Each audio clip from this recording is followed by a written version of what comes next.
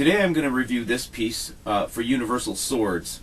On their website it's listed as USS 176, and I've seen it presented as both a naval cutlass and a British naval cutlass actually, but I'm going to give you a brief history lesson first so we can understand the design of this actually. During the late 1800s, for about 4 decades, the Dutch were involved in conflicts in Indonesia, and the Indonesians had a large machete type weapon that they had that was called the quelang, and the Dutch found that their troops armed with long rifles and the typical sabers and stuff of the time were ineffective in fighting in the environment that they were fighting in, so they gave them shorter rifles and shorter bayonets, and also created this, which became known as the Dutch quelang.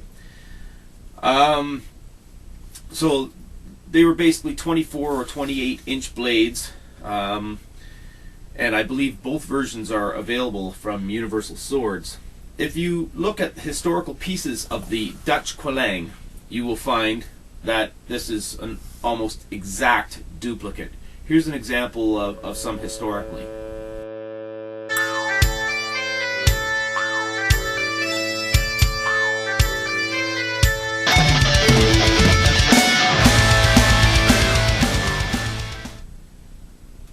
As you see, the riveted through handle, the basket type hilt with the cutouts.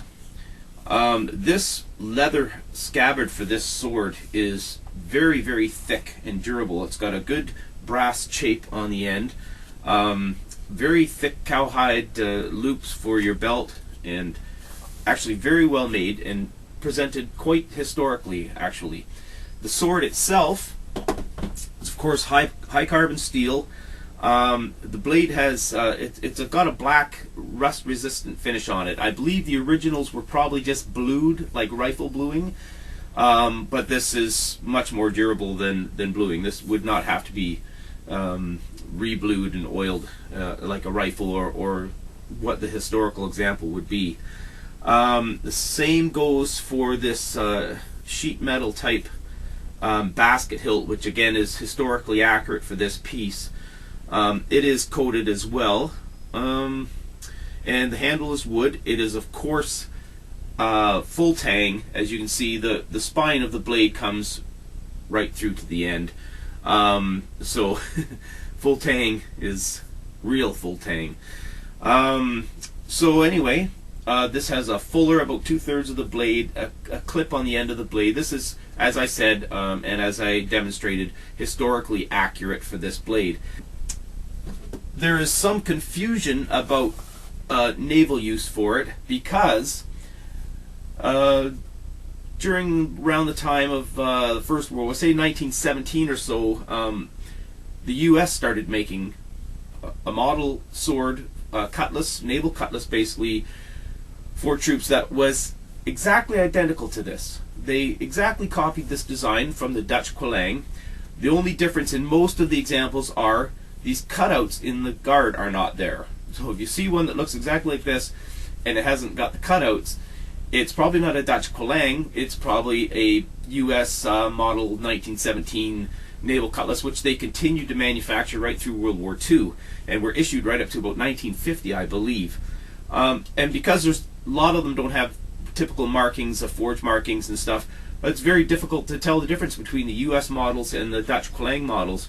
Like I said, most of the US models don't have the cutouts in the hilt guard, and some of them even were like nickel silver plated, I think, probably for presentation and you know, honor guard kind of thing.